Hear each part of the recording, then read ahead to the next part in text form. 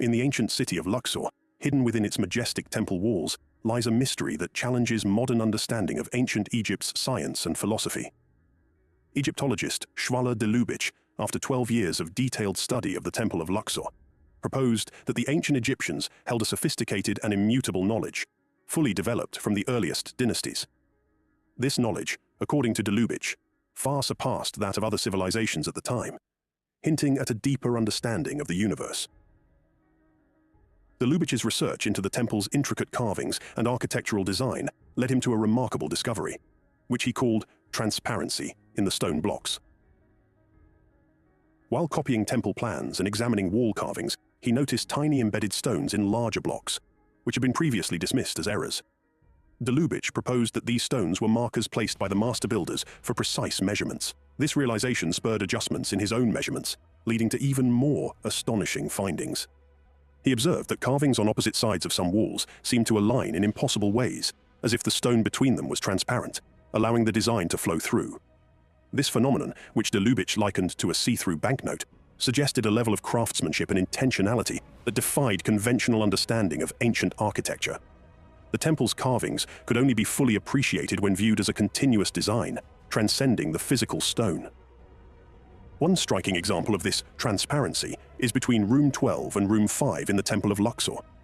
A stone block separating these rooms features carvings that seem to project through the stone itself. In Room 12, a hieroglyph for cloth is carved, while in Room 5, a box for cloths appears. The two images fitting together as if the stone was transparent. The technical precision needed to achieve this effect raises profound questions about the knowledge and skills of the ancient builders.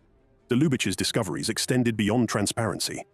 He also identified transposition, where symbols and carvings were arranged across different parts of the temple to create multi-dimensional connections.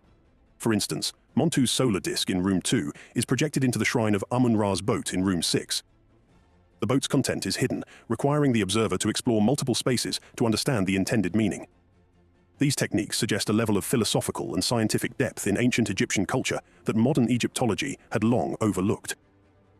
De Lubitsch argued that the Egyptians weren't just concealing knowledge in their architecture, but were presenting a more profound, spatial form of understanding.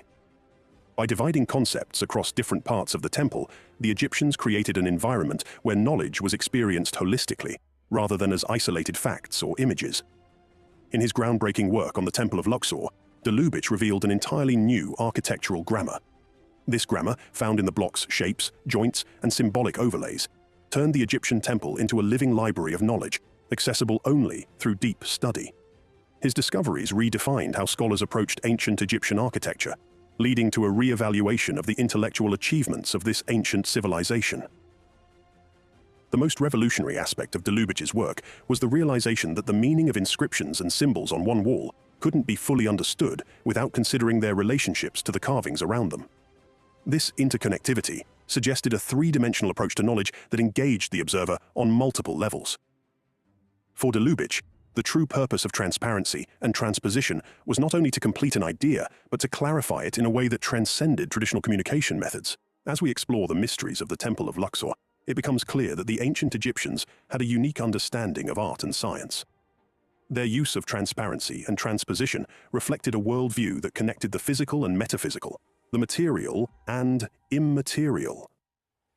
Transparency, in particular, hinted at a belief that solid matter was deceptive, with light, or knowledge itself, as the true fundamental reality. De Lubitsch's discoveries at the Temple of Luxor did more than challenge traditional views of Egyptian architecture. They opened the door to a new understanding of how the Egyptians viewed the world. Through transparency and transposition, de Lubitsch uncovered a sophisticated system of thought that extended beyond the temple. He believed that this system could be found in other artifacts, such as papyri, which contained multi-layered meanings to be understood holistically. Transparency, for example, was more than an architectural technique. It represented a deeper philosophical belief. By prioritizing light over solid matter, the Egyptians expressed a worldview that saw physical reality as secondary to the metaphysical. De Lubitsch suggested that this belief in the primacy of light explains why transparency was central to the Temple of Luxor's design.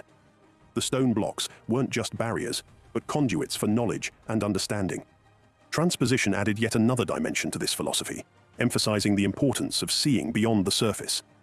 To understand the temple fully, one had to move through it, experiencing the connections between different spaces and symbols. This design reflected an understanding of spatial awareness and perception that resonates with modern psychological theories, such as Gestalt. Gestalt psychology, which emerged in the early 20th century, focuses on the idea that the whole is greater than the sum of its parts. Human perception organizes individual elements into a unified whole, rather than analyzing each part in isolation. De Lubitsch's work mirrors this idea, as he argued that the carvings and inscriptions in the temple were part of a larger, interconnected system. Just as Gestalt theory emphasizes the importance of perceiving the overall form, de Lubitsch focused on perceiving the entire meaning of the temple. De Lubitsch's discoveries lead to profound questions. Who were the true sources of this knowledge? Were the Egyptians responsible for developing these advanced ideas, or were they inheritors of wisdom passed down from an even older civilization?